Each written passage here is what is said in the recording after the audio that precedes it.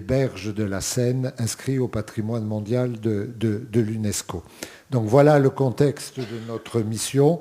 Nous avons travaillé pendant 1 an, presque jour pour jour, Dominique et moi, et le résultat, c'est un ensemble de propositions qui sont là pour faire naître le débat, engager la réflexion et sensibiliser le public et évidemment les décideurs publics aux enjeux, mais aussi aux possibilités de cet espace exceptionnel.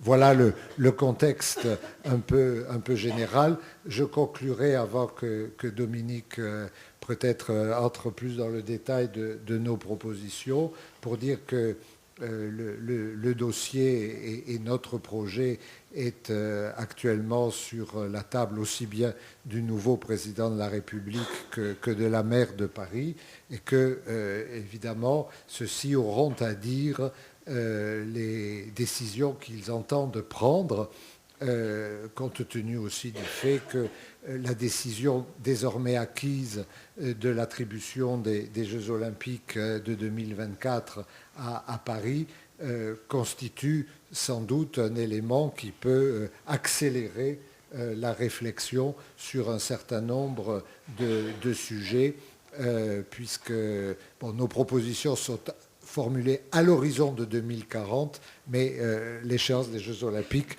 peut rendre souhaitable certaines accélérations. Voilà, Dominique, je te laisse la parole.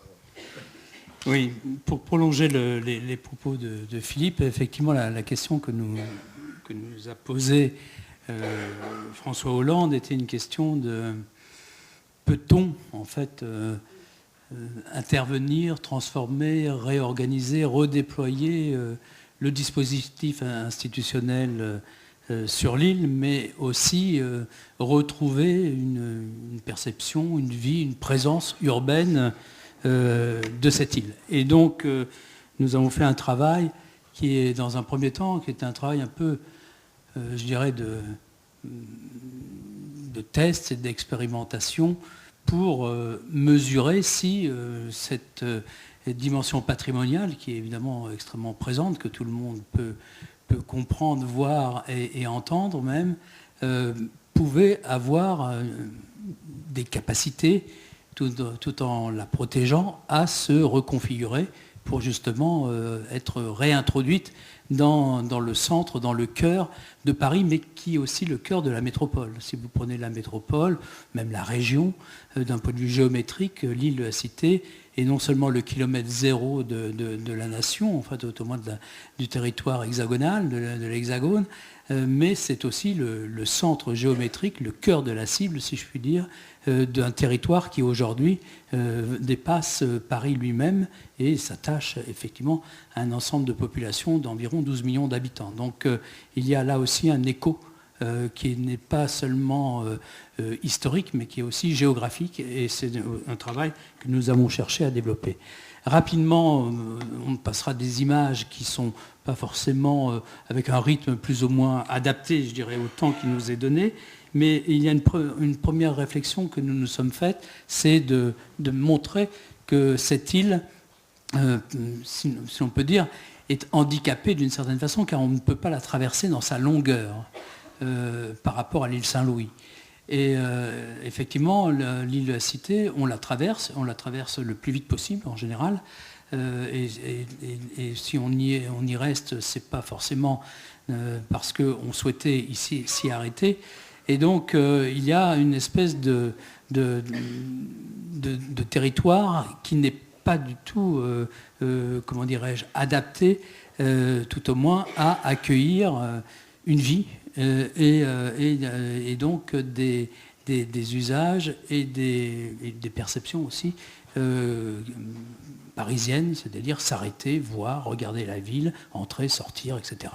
et utiliser l'espace public. C'est pour cela d'ailleurs que Anne Hidalgo soutient ce projet de façon très, très permanente, justement dans le cadre de la réhabilitation, si je puis dire, d'un territoire qui a disparu et qui nous a été soustrait pour différentes raisons, aussi de sécurité et de sûreté. On a effectivement eu beaucoup de discussions, il y en a encore avec les services de sécurité qui bloquent l'espace public et qui protègent à leur façon et l'ensemble donc des bâtiments qui constituent l'île. Donc la question de la possibilité de traverser l'île dans sa longueur est un parcours, une promenade architecturale que l'on cherche à remettre en place.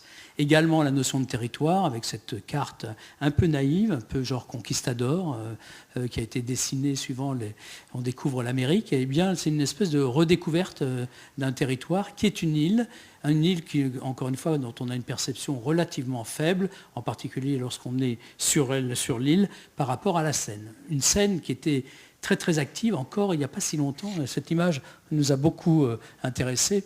Nous sommes en 1924 de mémoire et la Seine était encore très industrielle. Elle l'est toujours aujourd'hui, mais moins malgré tout, avec des installations et des infrastructures qui n'étaient pas innocentes par rapport à l'usage du bras sud de l'île de la Cité. Donc tous ces éléments, petit à petit, nous ont permis d'avancer, si je puis dire, vers une espèce de redécouverte ou de révélation de cet endroit absolument magnifique que l'on voit ici. C'est une photo que l'atelier parisien d'urbanisme nous a donnée, qui montre la forme et la présence et l'importance de ce territoire, que l'on croit très dense sur cette photo et qui, sur cette carte, montre qu'en fait, l'emprise des bâtiments est relativement faible. C'est à peu près 30% de la surface de l'île, un peu plus, 33%, 2 tiers, 1 tiers, disons, pour donner des chiffres un peu ronds et significatifs. Donc en fait, il y a beaucoup de vides sur cette île, et ces vides ne sont absolument pas utilisés, peu fréquents, voilà, et peu fréquentés. Également, une carte que vous connaissez certainement encore mieux, c'est la carte des dates. En fait, c'est une île que tout le monde pense âgée, oui, certainement, mais en dessous du sol, au-dessus du sol, elle a à peu près 150 ans. C'est-à-dire que Haussmann a globalement tout rasé, aplani. Son tropisme technique et d'ingénierie était assez efficace. Effectivement, quand vous prenez les codes de niveau entre la place Dauphine jusque pratiquement au parvis de Notre-Dame, tout est à peu près à l'horizontale. Donc on a un territoire qui est en fait jeune, finalement, dans ce que l'on voit tout au moins, pas évidemment dans les couches plus profondes, mais nous sommes là en présence d'un ensemble architectural qui est dont l'organisation est totalement liée au dispositif du 19e siècle. Et donc nous avons cherché, par rapport à cet ensemble, à y introduire un certain nombre d'usages, de fonctions, de façon à montrer que peut-être il fallait sortir des châteaux et des fiefs afin de mutualiser un certain nombre de lieux, aussi bien à l'intérieur des bâtiments eux-mêmes que par rapport à l'espace public. Et c'est pour cela que nous avons fait ce document qui cherche à positionner justement les possibles. Nous avons beaucoup raisonné en termes de possibles, en termes de redéploiement de l'île, possible dans la structure elle-même des architectures, mais possible aussi lié, comme on le verra tout à l'heure, à l'utilisation des cours, à l'utilisation d'un certain nombre d'espaces. Évidemment, nous sommes ici au Louvre, donc c'est parfait pour nous, pour notre exposé, puisque tous les dispositifs que nous avons utilisés sont ici opérants, et donc on les a presque grandeur nature, aussi bien dans le travail du dessous, que dans la couverture des cours, que dans la reconfiguration des espaces publics par rapport aux monuments. On a vraiment, je veux dire qu'on a un exemple qui est absolument parfait par rapport au travail sur l'île de la Cité. Quelque chose sur les fiefs, parce que ça mérite une explication. J'ai dit que le poids des institutions de l'État était considérable sur cet espace et que c'est ça qui avait justifié que, bien qu'on soit sur un quartier de la ville, ce soit le président de la République qui ait eu l'initiative de la réflexion que nous avons menée. Mais une fois que l'on a dit ça, on a donné une image un peu trompeuse de la situation. C'est-à-dire qu'en réalité, chaque administration ou chaque autorité, la justice, la police, l'assistance publique pour l'hôtel-dieu, réfléchit aux espaces qu'il détient sans se préoccuper trop de ce qui se passe autour et sans se préoccuper non plus de voir si certaines mutualisations, certains rapprochements pourraient avoir des résultats extrêmement favorables.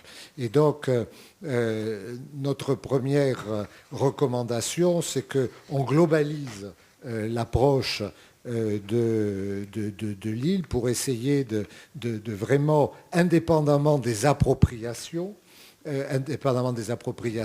d'utilisation, mais aussi d'ailleurs indépendamment des appropriations foncières, parce que propriété municipale, propriété de l'État et propriété privée sont très imbriquées dans l'île. Mais donc au-delà de tout cela, comment essayer de trouver une logique d'ensemble permettant de ramener de la vie dans l'île?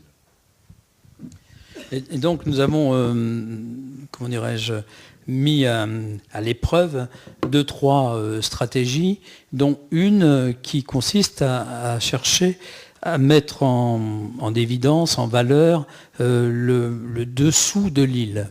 Le dessous de l'île, je dirais dans sa hauteur que Haussmann nous a légué, puisque la plupart des bâtiments haussmanniens qui se développent sur l'île sont des bâtiments qui ont des socles.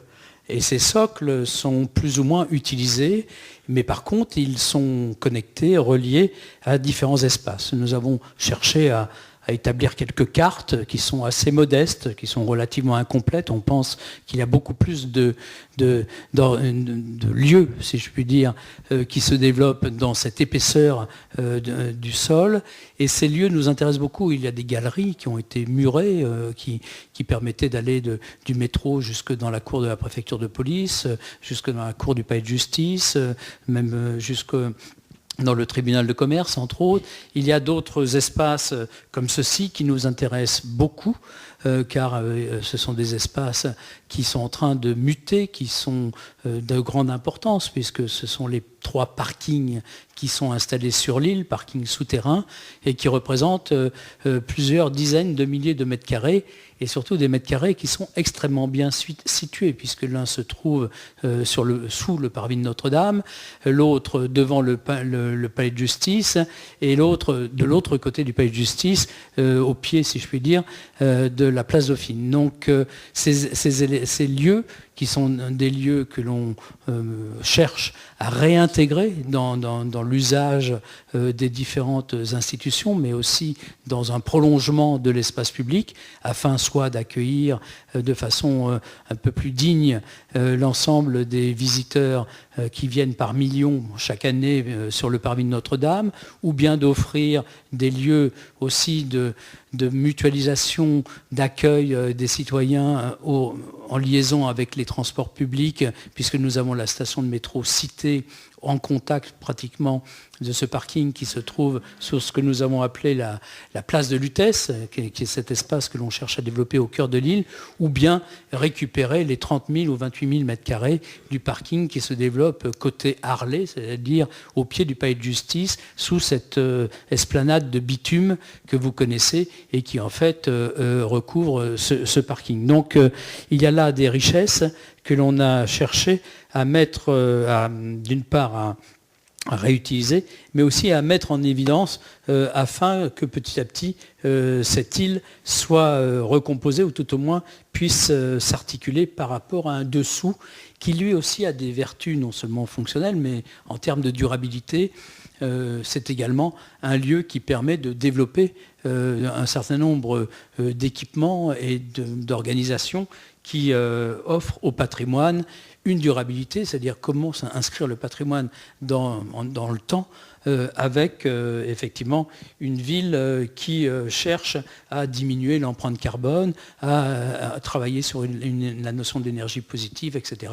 Et de façon, là aussi, à apporter à l'ensemble de ces architectures des réponses qui sont des réponses intelligentes, passives, douces, mais efficaces du point de vue donc, des performances que l'on cherche à atteindre en 2024 pour les Jeux, entre autres, mais aussi en 2040, 2050 pour l'ensemble de Paris.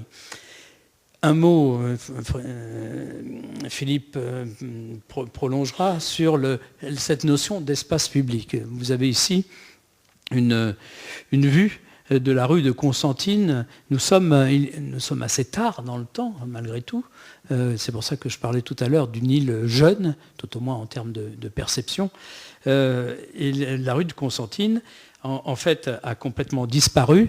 Elle a relié de façon, évidemment en termes de perspective, la partie Hôtel-Dieu au Palais de Justice. Et donc nous avons mis en place cette simulation qui consiste à proposer un sol unique qui existe, mais qui est complètement déstructuré, puisque vous avez des entrées de parking, vous avez un certain nombre d'installations qui perturbent complètement la lecture de ce sol. Et nous avons fait un collage, que vous voyez sur cette image, du sol de Versailles, qui est comme une espèce de mosaïque qui unirait le Palais de Justice à l'Hôtel-Dieu. Car l'idée, encore une fois, vous la retrouvez, c'est la capacité, la possibilité, l'organisation de traverser cette île par des parcours qui vont pouvoir enfin nous conduire à pied au travers de l'architecture, au travers de Paris, de la cathédrale jusqu'au Louvre,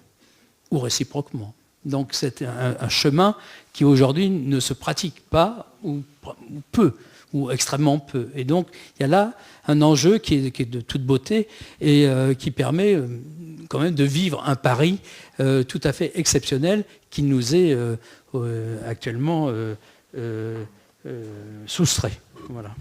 Aujourd'hui, la substitution par Haussmann d'un axe dominant de l'île horizontale, c'est-à-dire parallèle au cours du fleuve, dans le prolongement de ce qu'est la rue Saint-Louis dans l'île Saint-Louis, cette substitution aboutit à fragmenter de manière d'autant plus considérable l'espace public, mais aussi l'espace privé, que ces axes, le boulevard du Palais ou la rue de la Cité, sont parmi les plus fréquentés sur le plan automobile. Et aujourd'hui, en réalité, on a un peu un serpent coupé en trois tronçons, au point on a été très frappé de ça, notamment dans nos entretiens avec les habitants ou avec les commerçants de l'île, au point donc que les commerçants de l'îlot Chanoinesse, par exemple, derrière Notre-Dame,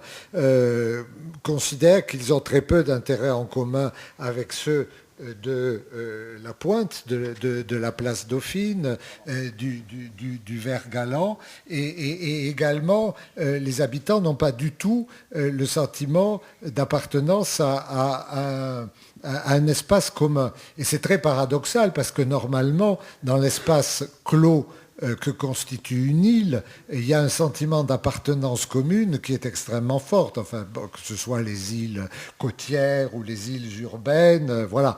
Et là, ce sentiment est complètement perdu de vue et vraiment, il n'y a plus qu'une sorte d'espace indéterminé qui a perdu son sens même d'île et qui ne sert qu'à relier au fond rive droite et rive gauche sans existence propre, au-delà évidemment de ceux qui pour des raisons d'affaires, de justice justice, d'anuit de santé, ont à aller dans les administrations. Et ce qui est très frappant, c'est que si en sortant d'ici, nous allons dans l'île, nous n'allons pas du tout croiser une fréquentation, nous n'allons pas du tout rencontrer une activité à la hauteur d'un lieu aussi prestigieux, aussi central et en fait aussi beau,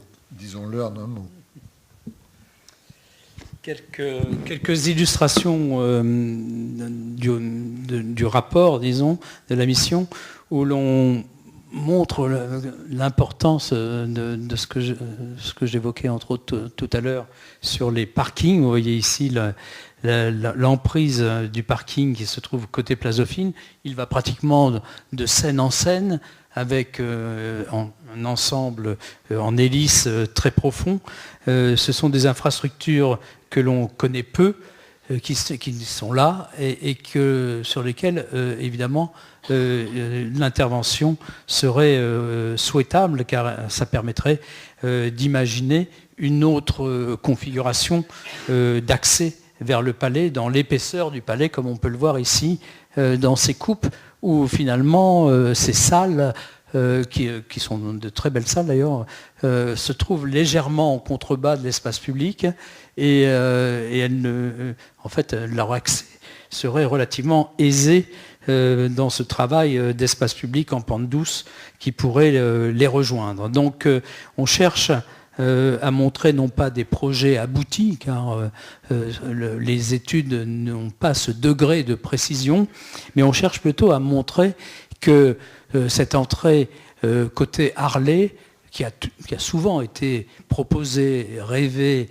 comme étant une des entrées du palais, utilisée à une époque d'ailleurs comme une des entrées du palais, puisque le palais, il y a quelques années, pas si longtemps encore, on pouvait traversant, et absolument, on pouvait de la place Dauphine aller attraper son métro à la station Cité en traversant le palais. Donc on cherche à montrer que ces espaces sont effectivement dans des continuités, dans des prolongements, et comme l'évoquait Philippe, permettraient de passer de l'est à l'ouest de l'île, soit sur son intérieur, soit sur sa périphérie, comme on le verra tout à l'heure avec la reconquête des quais en particulier sur la berge sud de l'île de la Cité. Peut-être un mot sur cette berge sud. J'y vais. Voilà. Donc, dans notre... On reviendra à l'hôtel de oui, Dieu peut-être. Et à la préfecture de police. Mais là, l'idée... Voilà. Par exemple, une image choc. Donc, l'idée de notre rapport n'est pas du tout de supprimer la circulation automobile dans l'île, ce qui n'est d'ailleurs pas possible pour tout un ensemble de raisons liées aux besoins aussi bien des institutions que des habitants. Donc voilà, simplement, nous cherchons aussi, puisqu'on est dans un site emblématique de l'image de Paris, représenté par des quantités de peintres, de cinéastes, célébrés, figurant dans de très très nombreux tableaux vus de Paris, nous essayons de rendre ce lieu agréable, et donc nous proposons de rationaliser l'envahissement, notamment du côté sud, par la voiture. Alors c'est la voiture passante, mais dans le cas du quai sud, c'est surtout de la voiture résidente, je veux dire les véhicules des forces de police, qui donnent une image très dissuasive de cette voie, alors qu'elle est splendide. Elle est évidemment exposée au midi, donc c'est dire l'agrément qu'elle peut présenter. Elle est plantée d'arbres magnifiques. Elle domine ce petit bras dont Dominique a dit tout à l'heure le rôle qu'il peut avoir dans la reconquête du rapport à la Seine.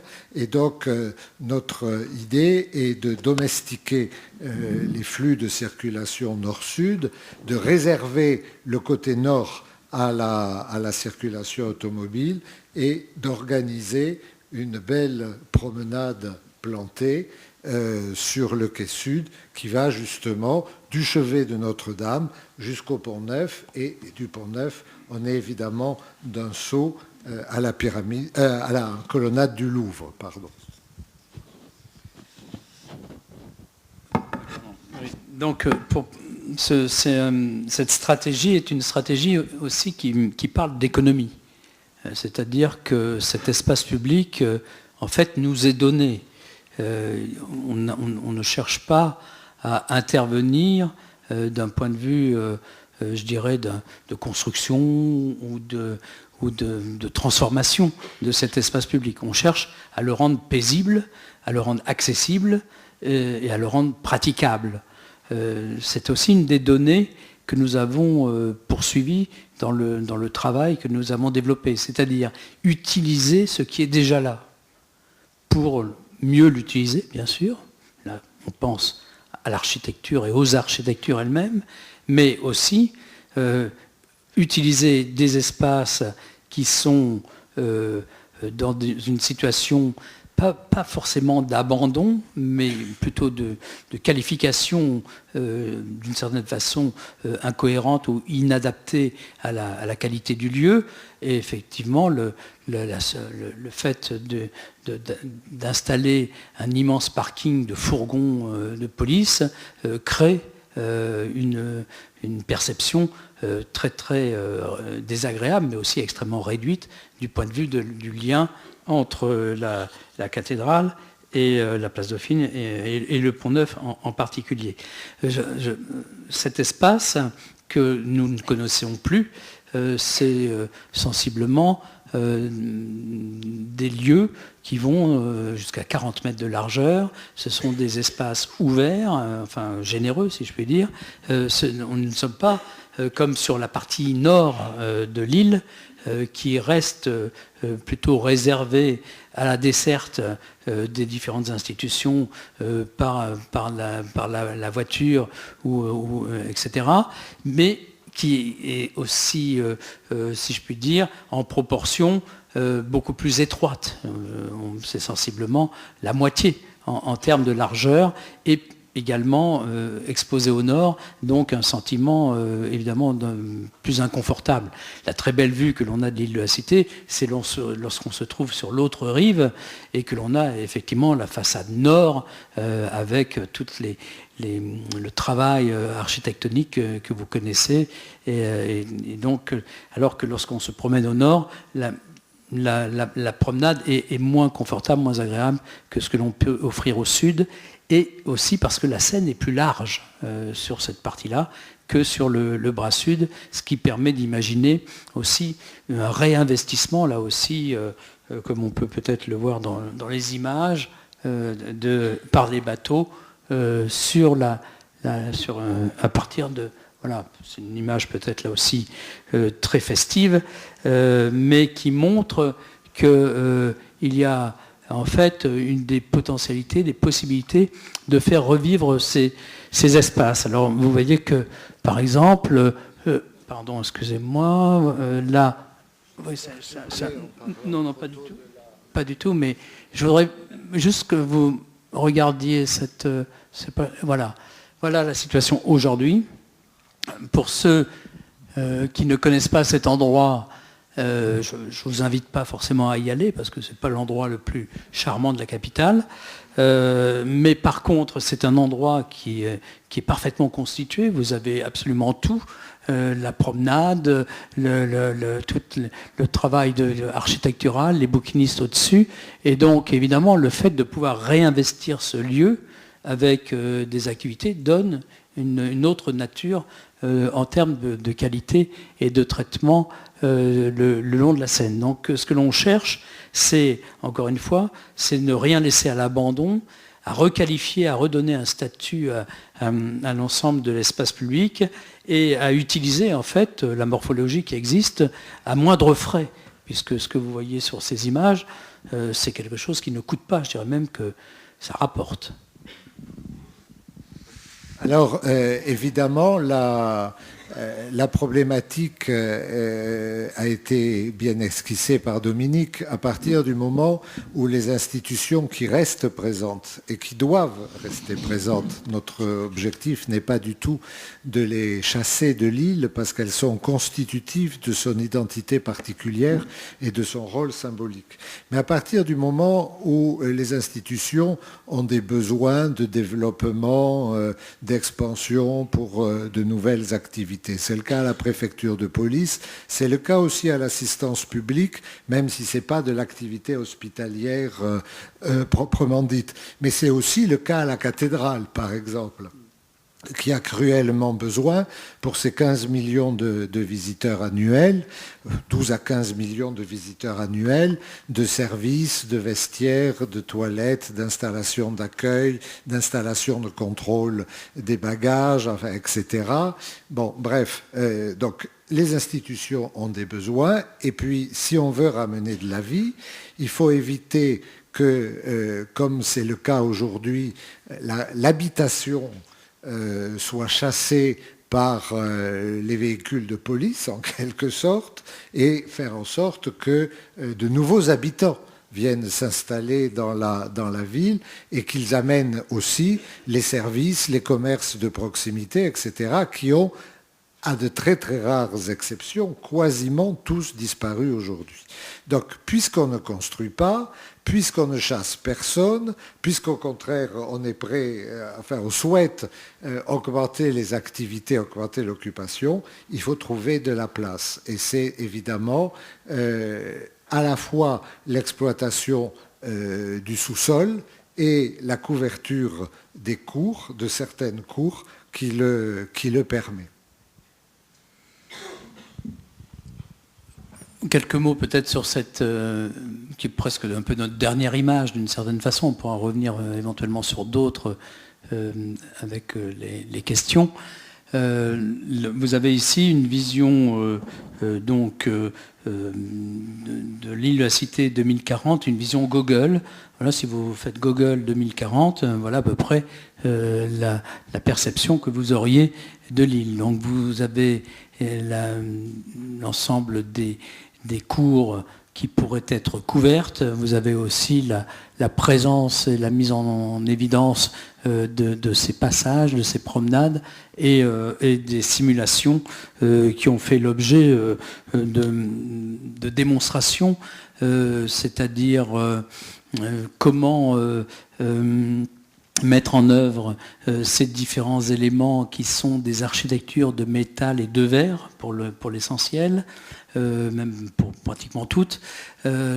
C'est pas tout à fait innocent dans le choix, car ce sont des architectures qui prolongent l'architecture du 19e siècle, l'architecture de pierre. C'est pour ça qu'on a imaginé une île de verre qui viendrait d'une certaine façon couvrir ponctuellement l'île de pierre. Donc c'est une image évidemment poétique, mais c'est pas tout à fait une image injuste par rapport au travail de l'architecture de la fin du 19e, enfin la deuxième partie du 19e et début 20e. Donc il y a là également des propositions ou des orientations d'écriture architecturale qui, elles aussi, prennent en compte la massivité de l'île dans le bon sens du terme, c'est-à-dire son poids, son inscription, et comment on peut s'articuler par rapport à ce travail architectural qui est par moments extraordinaire, d'autres moments plus pesant, mais qui a par contre une cohérence urbaine extrêmement forte. Donc on introduit là aussi des pistes de réflexion et d'évocation en ce qui concerne les étapes ultérieures en termes d'intervention, c'est-à-dire de façon à ce que il y a un espace public retrouvé, unique. Il y a même des réflexions sur un espace qui serait traité de la même façon sur l'ensemble de l'île, un sol unique, entre guillemets, si on peut l'évoquer ici, tout au moins un sol qui est capable de faire du lien entre les différents lieux de l'île elle-même. En ce qui concerne l'architecture, là aussi, il y a des échos et une recherche d'avoir effectivement des séquences et un travail d'acupuncture, si je puis dire, d'intervention, mais qui sont dans une famille ou dans des écritures qui ont une espèce de cohérence stylistique, si je puis m'exprimer ainsi. Un mot peut-être pour terminer sur celle de ces couvertures qui peut paraître la plus audacieuse. Je ne sais pas si on va oser montrer l'image. C'est celle de la cour de la préfecture de police. Bon. Là, en réalité, voilà. Bon, donc ça, c'est un montage que Dominique a fait, avec un peu en s'inspirant du Reichstag à Berlin ou d'autres structures. Non, mais donc l'enjeu, quel est-il? L'enjeu, c'est que actuellement, la préfecture de police, avec de très bonnes intentions et pour de très bonnes raisons, des raisons très légitimes, cannibalise complètement l'espace public et privé de l'île et connaît une expansion immobilière considérable. Dans son quadrilatère, n'est-ce pas, l'ancienne caserne qui date d'Haussmann que vous voyez sur la photo, mais également dans l'îlot qui est situé entre ce quadrilatère et le boulevard du Palais, au sein du palais de justice. Bon, le fameux quai des Orfèvres, dont le déménagement a inspiré des pages émues à la presse ces derniers temps, dans plusieurs lieux du palais de justice, et même dans l'îlot Chanoinesse, derrière Notre-Dame, il y a un grignotage continu de l'espace, et de l'espace qui à l'origine est de l'espace d'habitation.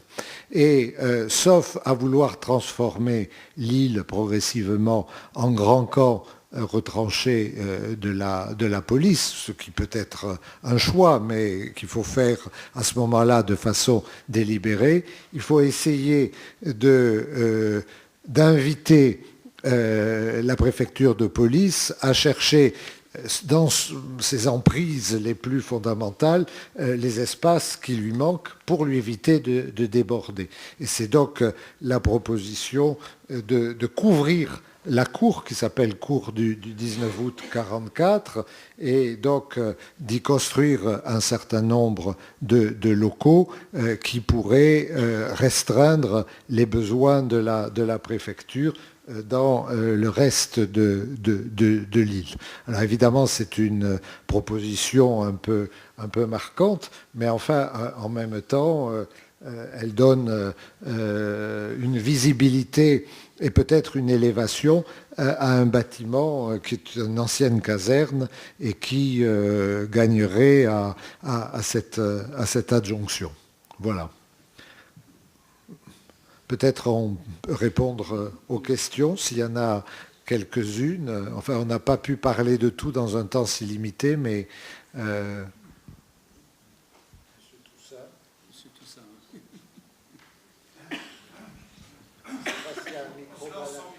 Vous avez une belle voix, bien timbrée. Donc. Écoutez, je voudrais poser deux questions. En fait, vous avez bien posé au départ le problème. Je me présente Philippe Toussaint, président de l'association Vieille Maison Française.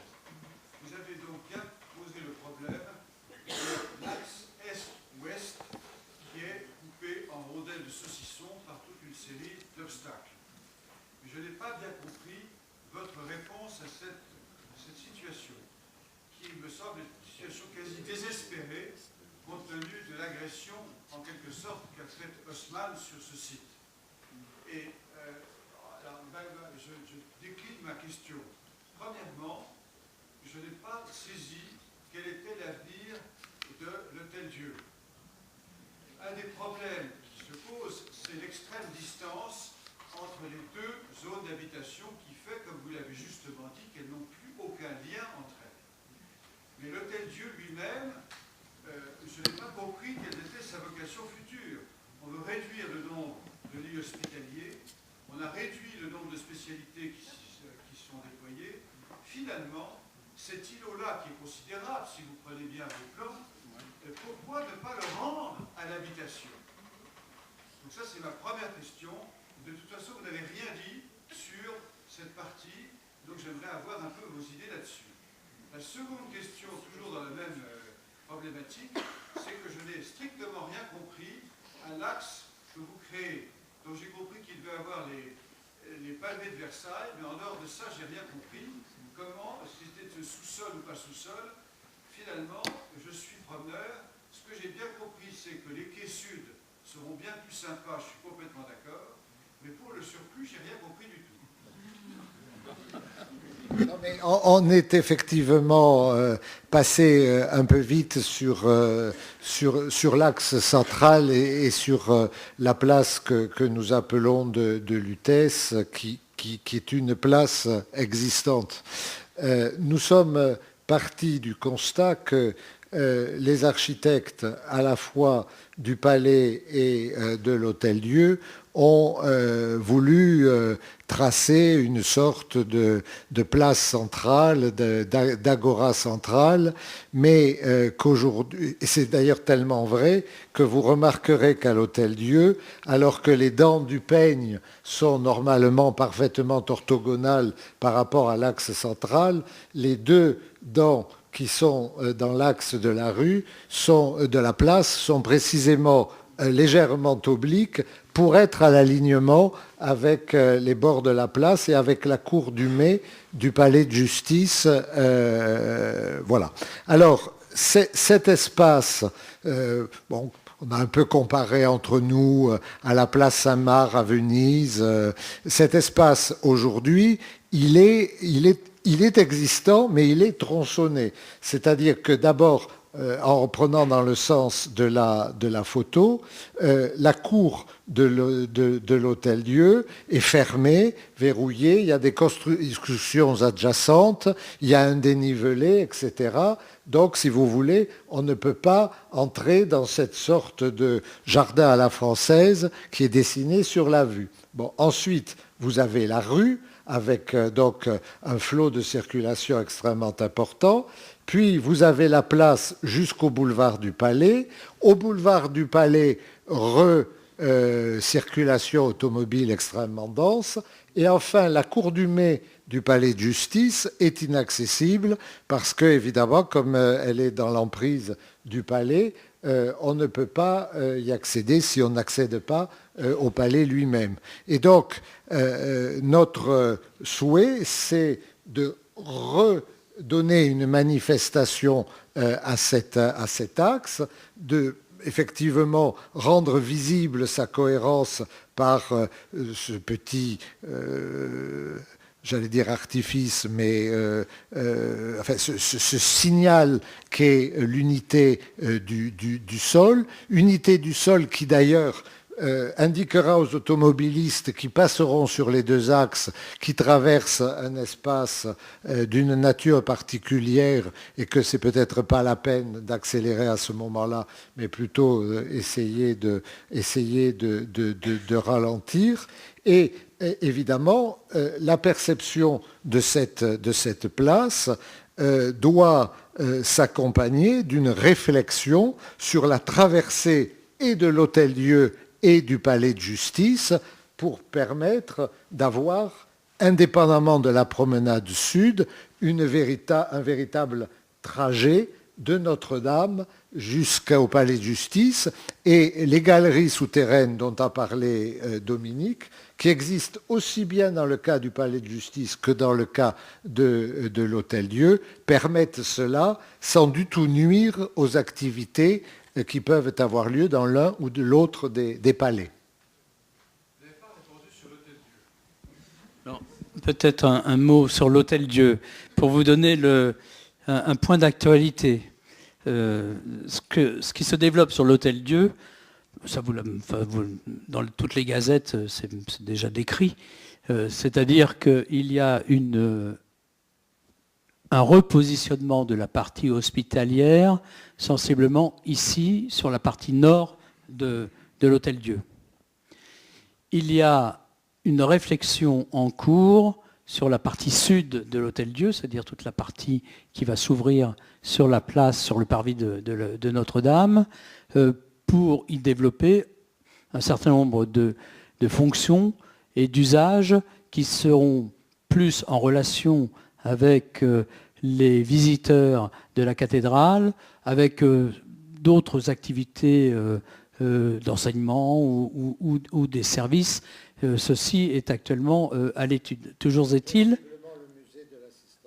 Exactement. Qui est en caisse, oui, absolument.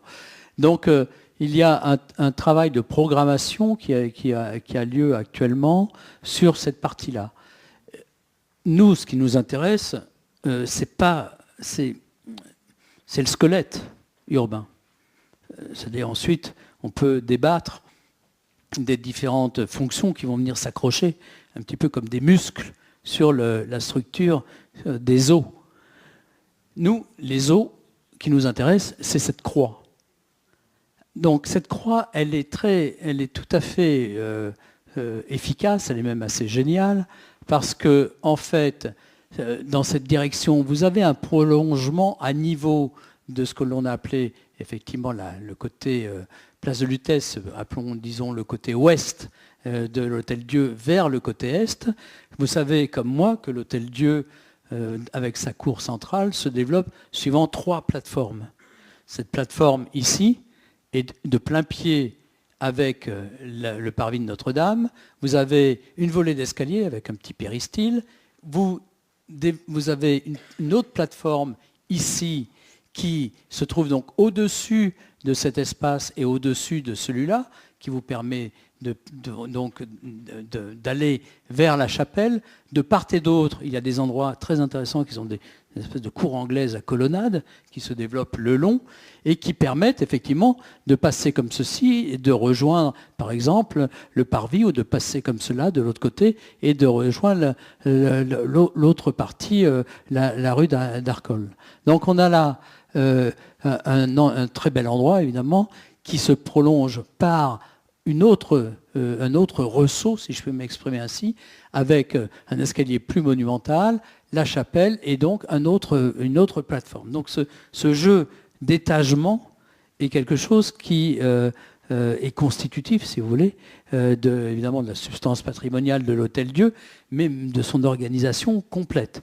Et le projet qui est aujourd'hui développé est un projet qui cherche à, d'une part, évidemment, faire vivre la partie hospitalière, sans pour autant contrarier, si je puis m'exprimer ainsi, la traversée ou la porosité de l'Hôtel-Dieu dans sa partie sud qui s'ouvre sur le parvis, et surtout, je dirais, le contre-champ qui est absolument sublime, c'est-à-dire à partir de là, l'ensemble je dirais, du petit office florentin que nous avons au cœur de l'Hôtel-Dieu.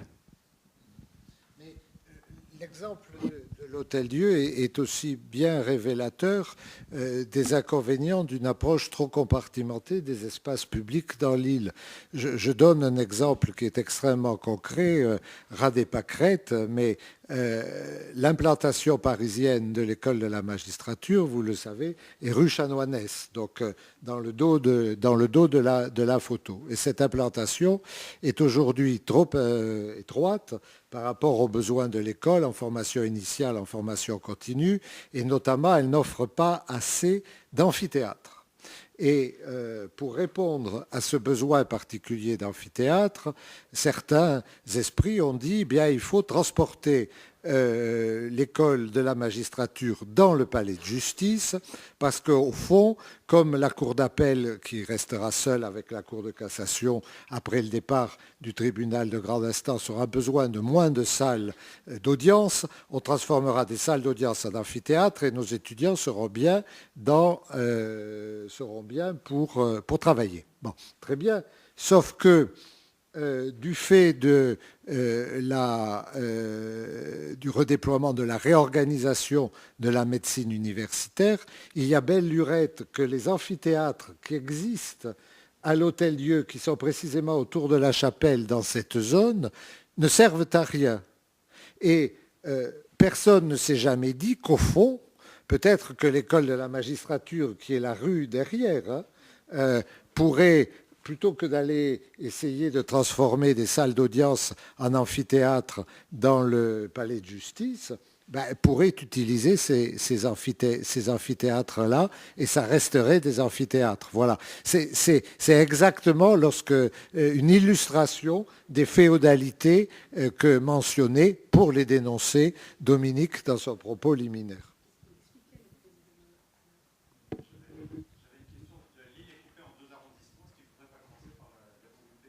C'est en cours de fusion. Oui, oui. La loi est votée. Hein. Mais le fait que précisément Lille ait été, au moment du découpage des arrondissements, qui à l'époque d'Haussmann précisément, puisque c'était au moment où on a incorporé les actuels arrondissements de l'extérieur de l'escargot, si je puis dire, le fait qu'on ait découpé Lille en 2 arrondissements différents, enfin qu'on les répartit sur 2 arrondissements différents, montre comment le fait insulaire a été nié, qu'on a vraiment cherché à banaliser le plus possible ce quartier. Hein. La frontière passe sur le boulevard du Palais, donc le palais de justice et toute la pointe de la place Dauphine est dans le premier et le reste est dans le 4e. Un mot, parce que Philippe aura la discrétion et l'élégance de ne pas le développer, mais nous avons aussi des velléités assez marquées pour organiser ou réorganiser l'accès à la Sainte-Chapelle et à la Conciergerie à partir de la cour du Mai.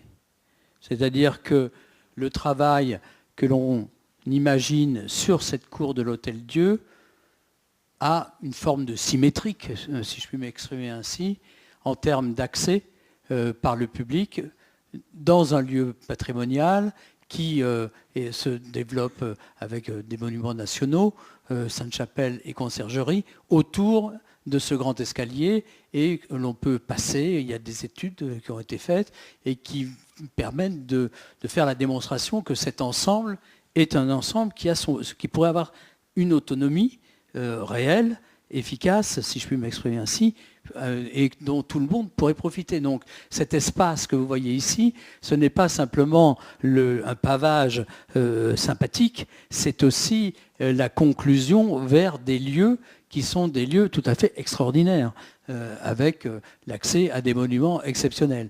Ici, le dispositif se prolonge également dans un travail plutôt de jardin, par rapport à une figure qui est cette grille 19e prônée par l'institution hygiéniste.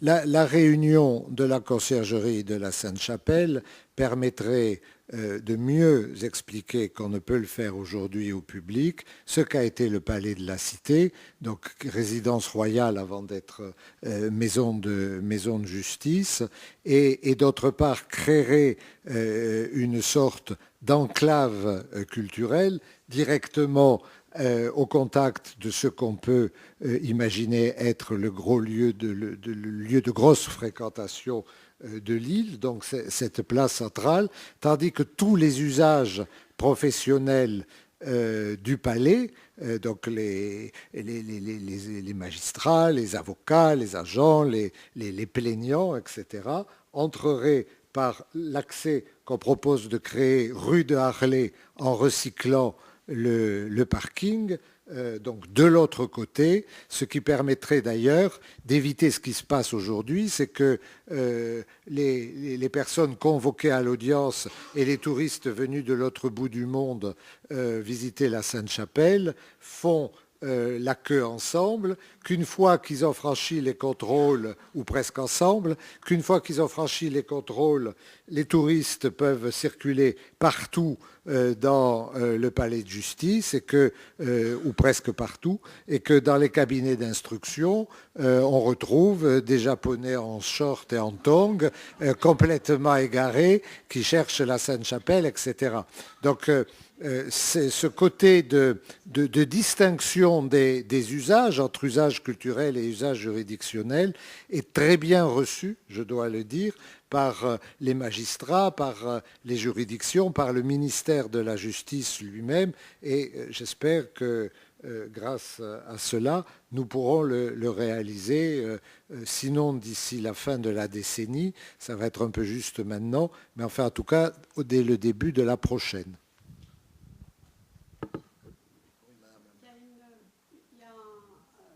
La question de l'insularité, on la ressent très très bien quand on est à la pointe là-bas. Restez sur le plan tout au bout, là-haut. Là. Au Vert-Galant. Oui, au Vert-Galant. Parce que ça, au pied du roi. Oui, vous ne l'avez pas évoqué, cet espace qui est tout à fait emblématique, parce que quand on est tout à la pointe, en fait, on se refait le Titanic, hein, c'est clair. Parce que, non, mais c'est vrai, vous n'avez rien, vous n'avez que la Seine autour. Alors, je ne connais pas la nature des arbres, je ne me souviens pas très bien, il y a des années que je n'y suis pas allée, mais cet espace-là resterait de toute façon un espace public ouvert, vous le traitez en espace public ouvert. Mais il y a une histoire à raconter là, hein, à cette pointe-là. Bien sûr. Parce que c'est un endroit où il n'y a rien, où le vide et le plan, c'est une autre forme. Mais il y a deux axes qui vont se croiser là, justement. Bon, cet axe horizontal qu'on veut créer sur l'île, mais également, il faut penser que de part et d'autre du Pont-Neuf, vous avez sur la rive gauche maintenant tout le projet de la Monnaie de Paris, donc le 11 Conti, comme ça s'appelle, bon, l'Institut aussi. Et puis, sur la rive droite, vous avez le Louvre, mais vous avez aussi tout le complexe de la Samaritaine. Voilà. Donc, le centre de tout ça, c'est le Vert-Galant. Voilà. Il y a des réflexions en termes d'événements, enfin, de symboles dans le cadre des Jeux Olympiques, d'installer la flamme au large, si je puis dire, du Vert-Galant, de la pointe du Vert-Galant, en Seine. Là, ce serait vraiment évidemment un endroit sublime du point de vue et de la présence de la manifestation internationale, enfin des Jeux, et aussi de Paris, quoi.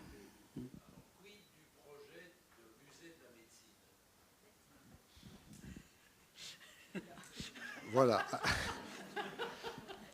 Bon, c'est un projet extrêmement important puisque bon, Paris n'a pas, à la différence d'autres villes, de grands musées de la médecine ni de la santé en général, d'ailleurs, plus globalement, et qu'en particulier, non seulement le musée de l'assistance publique, mais les collections du musée du Puy-Trin et les collections de l'université Paris, de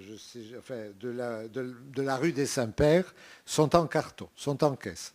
Donc, l'ensemble des collections sur l'histoire de la santé, l'histoire de l'hôpital à Paris sont en caisse. Et nous considérons qu'effectivement, compte tenu de ce qu'historiquement a été l'Hôtel-Dieu dans l'histoire de la santé publique et de la bienfaisance et donc de la solidarité, etc. Même si, évidemment, comme vous le savez, l'Hôtel-Dieu médiéval n'était pas à l'emplacement de l'Hôtel-Dieu actuel, mais sur le flanc sud de l'île. Donc, il nous semble que ce serait une bonne chose de pouvoir installer et montrer ces collections au public à cet endroit-là. Le problème, c'est qu'un musée, ça prend vite de la place et qu'il ne faut pas que ça contrarie les autres usages de l'Hôtel-Dieu. Mais c'est une dimension de la réflexion sur les usages de l'Hôtel-Dieu que nous souhaitons, et Dominique me permettra de dire que je souhaite encore plus que lui, s'il se peut, qu'on prenne en considération. Sachant que, pardon, il y a également il y a deux autres problématiques muséales à prendre en considération, qui sont celles du musée du Barreau, qui n'est pas actuellement sur l'île, mais qui est lui aussi très largement en caisse et qui, par rapport à l'histoire de la justice, de l'activité judiciaire à Paris, est extrêmement important. Et puis que, de toute façon, il n'y a pas de musée de l'œuvre Notre-Dame et que par rapport aux campagnes de restauration successives du monument, on peut se poser la question de l'intérêt de ce musée. Je vois, on va par exemple restaurer, les travaux vont commencer au mois de novembre, au mois de décembre, la Flèche. Et vous savez qu'on va descendre les statues qui encadrent la flèche, notamment la fameuse statue qui a les traits de Viollet-le-Duc. Bon. Ces statues, le clergé souhaiterait les exposer au public, qui aurait ainsi une occasion absolument unique de les voir de près. Il n'y a pas tellement d'endroits pour faire ça. Il n'y a pas d'endroit pour faire ça, à tel point que je crois que le clergé envisage de les exposer dans la nef, ce qui est une idée un peu singulière malgré tout. Madame. Effectivement, ce que vous avez montré, certains visuels que vous jugez audacieux sont parfois très inquiétants. Moi, je trouve que l'île de la Cité est aujourd'hui un havre de paix, protégé. Est-ce qu'il ne faudrait pas finalement protéger cet espace en instituant un plan de sauvegarde et de mise en valeur, ce PSLV? Il y en a deux à Paris, dans le 7e arrondissement, le Marais, et puis je crois le Marais et le 7e arrondissement. Ce sont des PSLV qui peuvent évoluer, mais qui permettent quand même de préserver le patrimoine architectural haussmannien du 19e siècle. Il est vrai que ce que vous proposez, c'est-à-dire cette piétonisation, est tout à fait intéressante. Je crois qu'effectivement, avec le développement du tourisme à Paris, cette piétonisation est intéressante. Mais mélanger cette architecture patrimoniale haussmannienne avec le métal et le verre, j'ai du mal à imaginer effectivement la couverture de la préfecture de Paris avec cette immense galerie. Enfin, j'imagine que ça doit ressembler peut-être aux Halles. Enfin, je ne sais pas. D'autre part, vous n'avez pas répondu sur les parkings. J'imagine que vous voulez peut-être créer des galeries commerciales pour accueillir les touristes. La question, vous n'avez pas effectivement abordé des réponses sur comment nous exploitons les parkings souterrains aujourd'hui. Que souhaitez-vous en faire? Et puis nous avons vu certaines images de gondoles vénitiennes sur la Seine. Est-ce là que vous voulez développer et je partage effectivement le point de vue qui a été exprimé sur l'hôpital. Je trouve que peut-être transformer l'hôtel-dieu et le rendre, je dirais, transformer vers des habitations, me semble aujourd'hui effectivement une très belle idée. Voilà, mais en tout cas, des questions se posent, et c'est vrai que moi j'ai trouvé que certains visuels étaient peut-être, vous les jugiez audacieux, mais moi je les trouve très inquiétants. Sur le havre de paix, permettez-moi quand même de vous dire que je disais que si nous y allions maintenant, peut-être ressentirions-nous un peu de cette paix, mais le reste de la journée, au milieu des pimpons des véhicules de police et dans les embouteillages du boulevard du Palais, je pense que cette paix n'existe pas beaucoup. Voilà. Alors après, on fait effectivement un certain nombre de propositions. C'est pour faire réagir ou pour discuter. Des gondoles, non, peut-être des vaporettos, mais enfin il y a déjà des bateaux-mouches, si vous voulez. Donc je crois que c'est vrai que tout part du regard qu'on peut porter sur l'existant.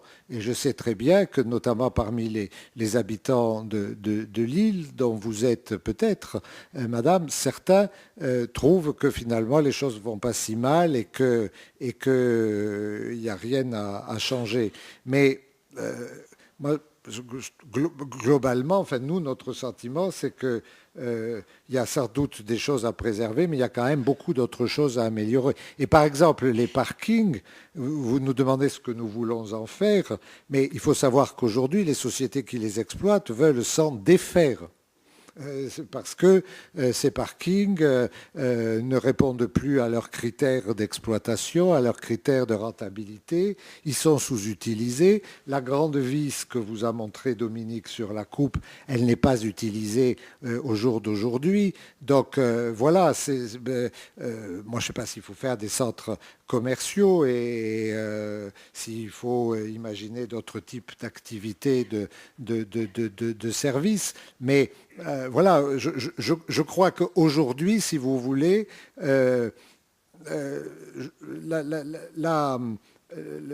l'avenir de l'île ne me paraît pas passer par une cristallisation d'un existant qui n'est pas véritablement satisfaisant. Oui, peut-être en termes de référence,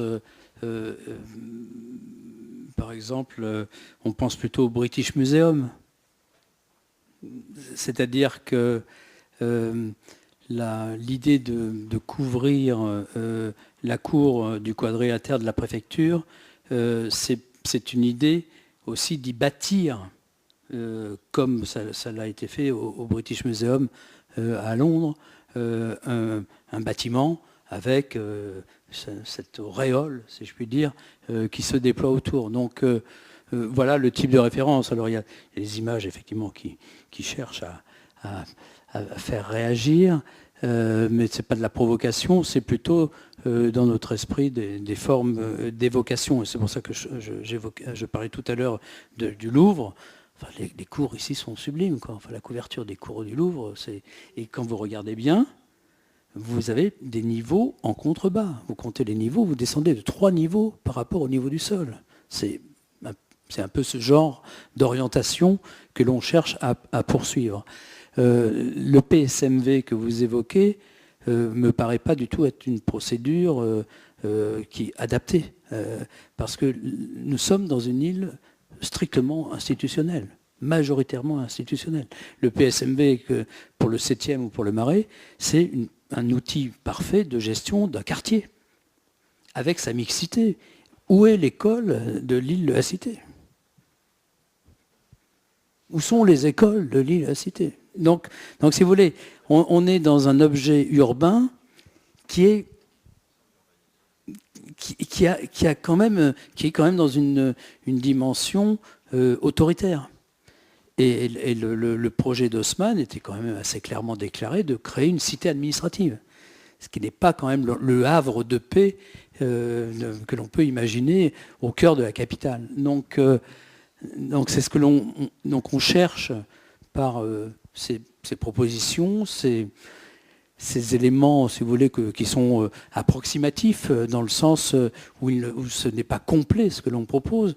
On pense même que nous sommes en deçà de la réflexion. Nous avons travaillé beaucoup, mais qu'une année seulement.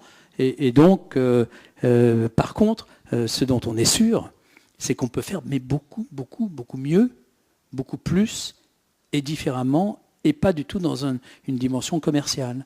Par exemple, le parking qui se trouve sous le parvis de Notre-Dame est quand même le minimum syndical pour accueillir 14 millions de visiteurs par an. Enfin, moi, je m'excuse, mais j'ai honte des conditions d'accueil, de service, des aménités qu'on offre à tous ces publics, à tous ces, qu'ils soient français enfin, ou étrangers, sur le parvis de Notre-Dame. Donc là, on perd la relation avec la crypte. Les gens descendent dans la crypte pensant trouver les toilettes. Ils sont plusieurs milliers à faire ça pratiquement au quotidien. Donc on marche un peu sur la tête quand même, alors que cette crypte est absolument passionnante, si ce n'est qu'il y a une chape de métal et de béton au-dessus. On progresse dedans un peu voûté. Donc alors que l'endroit est tout à fait passionnant si on pouvait le sortir de sa gangue d'indigence urbaine. Je crois qu'il faut qu'on arrête. Nous avons dépassé le... Mais il va falloir qu'on sorte de la salle et donc... Il y a un petit prolongement, parce que dans l'actualité en librairie, si on peut faire cette publicité, donc le Centre des Monuments Nationaux et les éditions Norma, et nous-mêmes évidemment, mais nous ne sommes pas éditeurs, ont publié dans ces dernières semaines et ces derniers jours un ouvrage qui retrace l'ensemble des travaux que nous avons menés durant cette année. C'est-à-dire que cet ouvrage va au-delà de ce que vous avez pu voir pour ceux qui sont venus visiter l'exposition qui a eu lieu à la Conciergerie au mois d'avril de cette année.